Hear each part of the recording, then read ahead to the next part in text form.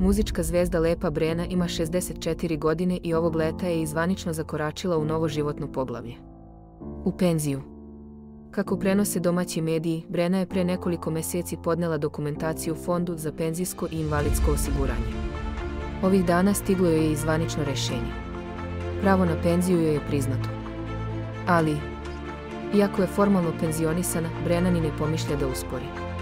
Naprotiv, niti planira da se povuče sa scene, niti da promeni tempo života. Izvor blizak pevačici tvrdi da se Brena raduje što je doživela ovaj moment. Ali joj sama titula penzionerke deluje čudno i strano. Kaže da ne planira da menja način života. Nastavit će da nastupa kao i do sada, ali sada sa još više uživanja. Tome se zapravo posvetila još tokom korone. Pandemija je bila jasan signal. Vreme je da se više posveti sebi i svom Bogu. Posle godina i decenija rada i putovanja, Brena je uvek volela scenu, ali sada voli i tišinu svog doma. Zanimljivo je da je još ranije govorila kako zapravo ne želi penziju. Rekla je da je o njoj sanjala kad je imala 29-30 godina. Tada je toliko radila da je maštala o odmoru.